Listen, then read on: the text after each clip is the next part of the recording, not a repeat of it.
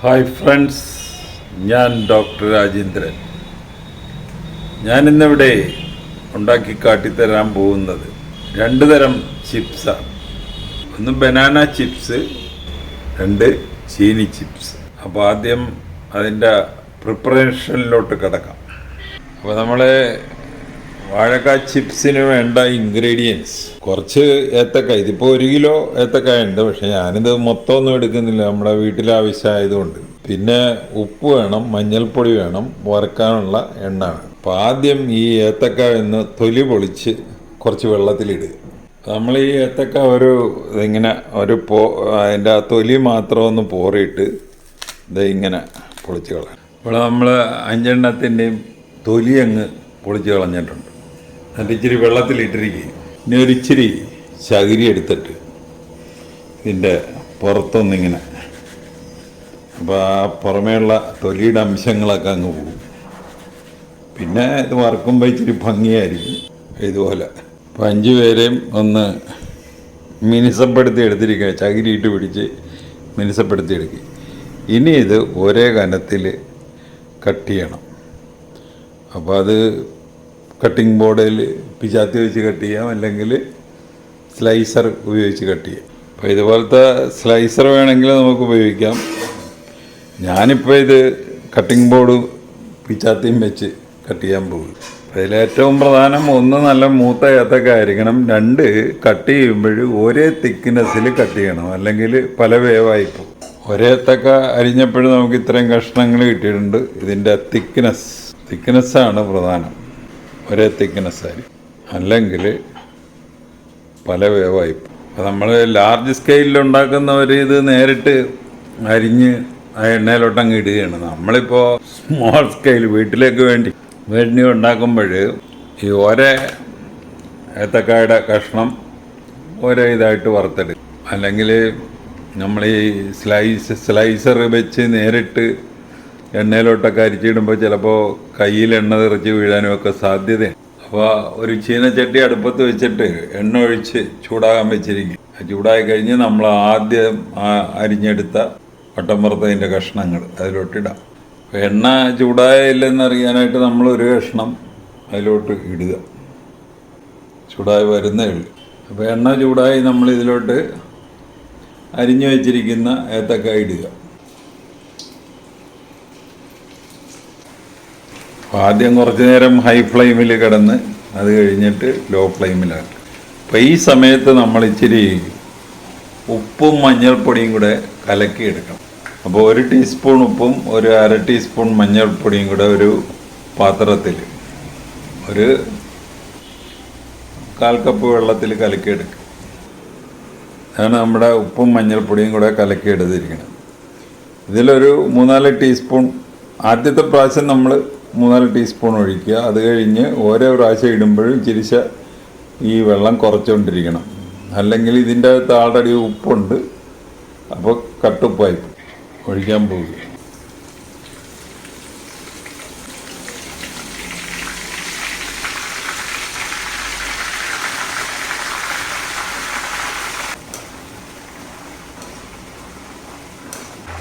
ഇപ്പോൾ നമ്മൾ സിമ്മിലാണ് ഇട്ടിരിക്കുന്നത്. ആദ്യത്തെ ആ തിളക്കലൊക്കെ കുറഞ്ഞു വരുന്നു. ഈ കരച്ചിൽ തീരുമ്പോൾ നമുക്ക് കോരാവുന്ന വരും. ഇതിൻ്റെ ആ എരപ്പൊക്കെ തീർന്നിട്ടുണ്ട്. ഇനി നമുക്ക് കോരാം. അപ്പോൾ അത് വറുത്ത് കഴിയുമ്പോൾ നമ്മളിങ്ങനെ ഒരൊച്ച കേൾക്കും. അതാണ് അതിൻ്റെ പരുവം.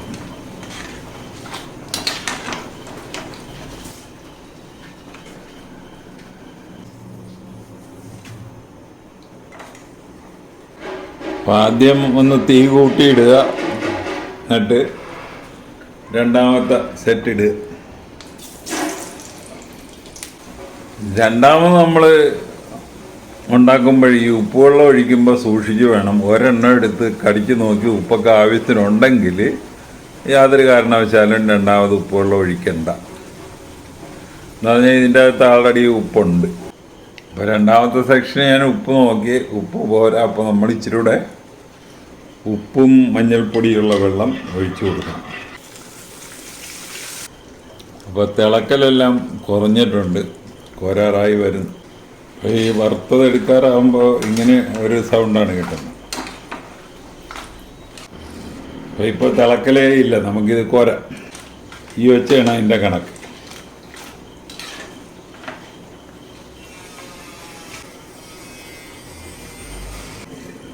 ഇനി നേരത്തെ പോലെയുള്ള തീ കൂട്ടി വെക്കുക, തീ കൂട്ടി വെച്ചിട്ട് ഇടുക. ഏറ്റവും പ്രധാനം കുറേശ്ശേ ഇടാവുള്ളൂ, അല്ലെങ്കിൽ ഇതെല്ലാം കൂടെ ഒട്ടിപ്പിടിച്ച്. ലാർജ് സ്കെയിലിൽ ഉണ്ടാക്കുന്നവർ അവർ നേരിട്ട് ഇത് അരിഞ്ഞ് ഇതിലോട്ട് ഇടുകയാണ്. അപ്പോൾ യാതൊരു കാരണവശാലും ഒട്ടിപ്പിടിക്കത്തില്ല. എല്ലാം സെപ്പറേറ്റ് ആയിട്ടാണ് ചെന്ന് വീഴുന്നത്. ഇത് തീ കുറച്ചിടുക, ബാക്കിയും കൂടെ ഇടുക.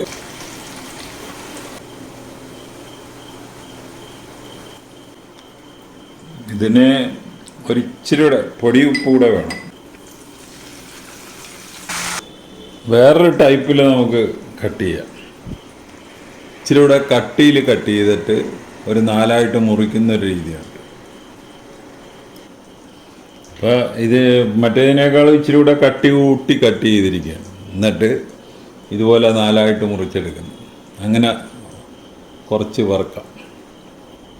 നമ്മളിതുപോലെ കട്ട് ചെയ്തെടുത്തെടുത്ത് ഇനി നമ്മൾ ഈ ടൈപ്പ് ഇടാൻ പോകുക.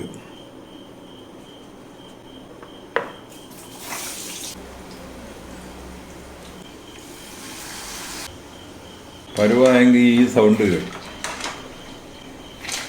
നമുക്കിത് കോരാറായി.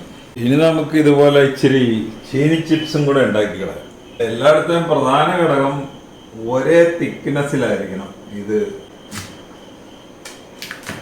ഇനി ഇതൊന്ന് അരിഞ്ഞെടുക്കാം. ഒരേ തിക്നെസ്സിൽ അരിയണം. നമ്മളിതുപോലെ ഒരേ തിക്നെസ്സിൽ ഇത് അരിഞ്ഞെടുക്കണം. എന്നിട്ട് മറ്റേ ചീനി അല്ല വാഴക്ക ചിപ്സ് വറുത്തതുപോലെ തന്നെ ഇതും വറുത്തെടുക്കും. ഇത് നമുക്ക് ചീനി ചിപ്സ് വറുക്കാം. ആദ്യം ഒരു ഇച്ചിരി തീ കൂട്ടി വെച്ച് പിന്നെ തീ സിമ്മിലിടുക.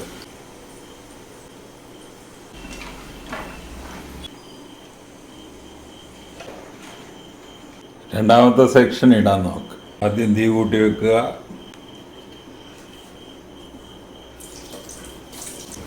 കഴിഞ്ഞ് തീ കുറച്ച് വെക്കുക.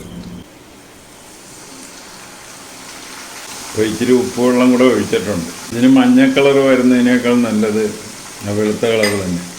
ഓരോ കഷ്ണം എടുത്തതിൻ്റെ ഉപ്പൊക്കെ നോക്കുക. നമ്മുടെ ബനാന ചിപ്സ് റെഡിയായി. അതുപോലെ നമ്മുടെ ചീനി ചിപ്സ് റെഡിയായി. അപ്പോൾ ഇതുപോലൊരു ബനാന ചിപ്സും നമ്മൾ ഉണ്ടാക്കിയായിരുന്നു. ആ റെസിപ്പി അനുസരിച്ച് നിങ്ങളതും ഒന്നുണ്ടാക്കി നോക്കുക. ഈ റെസിപ്പി അനുസരിച്ചൊന്ന് ഉണ്ടാക്കി നോക്കുക. ഉണ്ടാക്കി നോക്കിയിട്ട് ഇഷ്ടപ്പെട്ടുവെങ്കിൽ ഞങ്ങളുടെ ചാനൽ സബ്സ്ക്രൈബ് ചെയ്യുക. വേറൊരു വീഡിയോ ആയിട്ട് നമുക്ക് വീണ്ടും കാണാം. Thank you.